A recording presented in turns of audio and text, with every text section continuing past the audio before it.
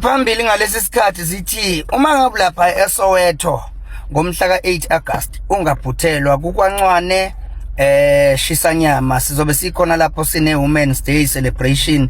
Ungaphuthelwa noma kanjani umenzi uzobe ekhona ephethe ingoma zakhe ezimnandi. Uma bethi asika amadoda abayathanda iniswayeke, ngibabuza ukuthi bapho baba bengane, ngithi anginayo baba wengane, ingane nobaba wa ngithi wesikhinkili, ngithi ayithi dlalani bikhokhelana.